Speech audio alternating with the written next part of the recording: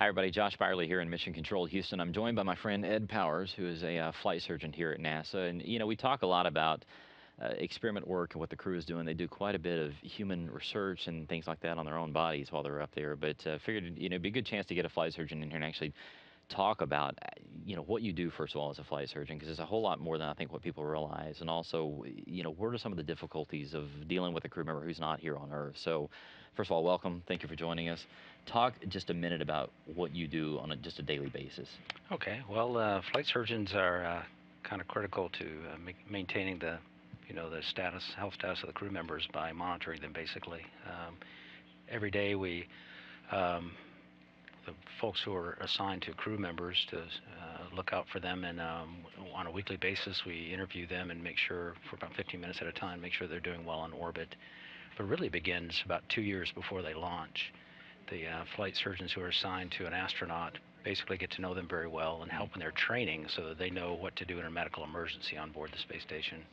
They go through various training sessions, including running cardiac resuscitation and go through various simulations. And so this allows us to get to know the crew members very well, and we develop a relationship, a very good working relationship with them, and an amount of trust, that Right. goes along with that. What do they have up on orbit? I mean, they've got the crew healthcare, basically what amounts to a mini hospital on board. But talk hmm about, I mean, because you can't just run down to the drugstore and get some ibuprofen or something if you need it. So how well are they stocked? What do they have up there? Well, they have a variety of commonly used medicines. Tylenol and various other things are Right. there, but we also have medicines that we think could be useful in case some potential emergencies could occur. We have the advanced cardiac life support medications on Right. board that they're trained with, and various antibiotics and things that we think might be necessary if something were to happen up there. So talk as a doctor, how doctors use a lot of their senses, their hmm sight, their hearing, they listen, the touch. hmm You don't have any of that really, whenever your crew member's 250 miles up in space going around the Earth. So how difficult is that? What kind of challenges do you have? Well, it's a bit of a challenge, and that's part of the reasons why we developed such a close relationship with them in this pre-launch time frame in the training is because we get to know sort of what they're capable of doing and what their experience level is and how they approach a problem when it comes to medical issues. And so it is a little bit of a challenge, but at the same time, as we get to know them very closely, we're able to trust their eyes and ears and work with them to try to diagnose any issues that go on. Fortunately, they tend to be extremely healthy when we launch them, Yeah. which is very helpful. But occasionally something will come about, and of course we have the luxury once in a while of having a physician astronaut on board, Right. and that makes our jobs quite a bit easier. So let's talk about. We were out. I guess it was a couple of weeks ago, out at the National Space Biomedical Research Institute here in hmm Houston. They just opened up a brand new facility here, and there's a lot of scientists there and doctors, MDs, PhDs talking about miniaturization. hmm From what I understand, that we used to have a very large ultrasound cart on board the station that took up an entire rack, and now we've got things down to basically the size of a laptop. So talk a little bit about how the space station and we sort of force ourselves to go small and go efficient. How does that lead to better stuff here on Earth for hospitals and things like that? Well, of course, smaller is better when it comes, as long as you can keep the same fidelity. Smaller Right. is better, and as far as keeping track of inventory and launching into orbit, that sort of a thing, from our standpoint, is very helpful. But there are remote applications as well. There are places in the world where you just can't get medical care at the level that you would see, say, in Houston. Right. So to have a remote capability of something small and transportable is very helpful when you get out away from civilization a bit. Yeah. How much do the crew members do, basically finding out about how their own bodies react to being in space, and what is that going to teach us going on? I mean, is it the more that we investigate it, the more we learn? I mean, is there more mysteries? Because, we've talked about how we've even learned that the immune system reacts differently being up there with no gravity. So what have we learned? That's true. There's a number of research studies going on associated with universities that are looking at the immune system, and there's a little bit of a decreased immune response when you get up on orbit. Tendency to maybe be a little bit more susceptible to getting a cold or something along those lines. Hmm.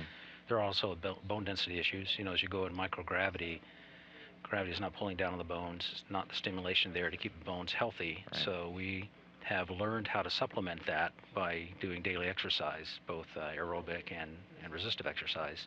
That seems to be helping to mediate that problem with bone density and muscle weakness. Um, And then, of course, we recently have come across an issue with eyes and vision changes in space Hmm. that we have gotten a little bit more detailed understanding what's going on there as far as fluid shifting towards the head when gravity is not pulling it down anymore. It seems to affect the fine structures of the eye and produce potentially permanent changes in the vision. And so we've been using some instrumentation up there now that hasn't been up there before. Small size ultrasonography to look at the eye. There's also a very high level optical camera that we're going to be flying soon that will be able to take a really good look at the back of the eye and try to assess the issues there. We think it could be related to fluid shifting along with high salt diet that happens to be on the space station due to the fact that the food has to be preserved for a long Yeah. time up there. And maybe carbon dioxide levels may have something to do with it. So we try to keep the carbon dioxide levels down. There are a number of factors that we're looking at up there that may affect certain situations here on Earth. You mentioned exercise. Have you guys seen a difference in the crew members coming back? I mean, Ed's one of the people that goes over to Russia and Kazakhstan. We've spent many an hour on Yeah. helicopters and airplanes going over there. But have you guys seen a difference in now that you've got sort of a variety of different exercise equipment up there? The crew members exercise quite a bit during the day. Do you see a difference now whenever they're coming back and how their bodies are reacting? Yes, definitely. Many of them are coming back and even a little bit better shape than when they launched because when they get a little distracted the last month or so before they launch, and Right. sometimes exercise falls off. So when they get up there and they have a concentrated exercise program, daily exercise program, at least an hour of resistive exercise, at least an hour of cardiovascular workout every day, then sometimes they actually come back in a little bit better shape. Now, I think we finally, over the years and many crews, I think we finally have got the right approach to this, and we've got the right exercise equipment on board, and they're actually doing very well. That's good. So talk a bit about your background. I mean, we get this question all the time. How did you get the job at NASA? So how do you go from medical school into being a flight surgeon? Well, I grew up in the Chicago area, and so I went to medical school at Rush University in Chicago, and was very interested in surgery and emergency medicine. And so I did a postgraduate training program, first a general surgery internship, and then 2 additional years of emergency medicine, and became an emergency medicine specialist. And it just so happens I've always had a fondness of flying. I started flying when I was 15 Yeah. with a friend's airplane, and so I was trying to combine those different interests, emergency medicine and flying and space program, and wound up doing another residency program in aerospace medicine, 2-year program in Dayton, Ohio, and eventually wound up at NASA. So I've been working as an emergency physician and an aerospace medicine physician for much of the last 10 or 15 years. Is it still fascinating to you? Oh yes, very much so. Lots to learn. Yeah, Well, yeah. thanks for joining us, Ed. It's Dr. Ed Powers, one of the flight surgeons here at NASA. If you would like to learn more about all these different types of experiments that the crew is actually doing on a daily basis about with their own bodies and how the human body reacts to being in space, you can always log on to the NASA website.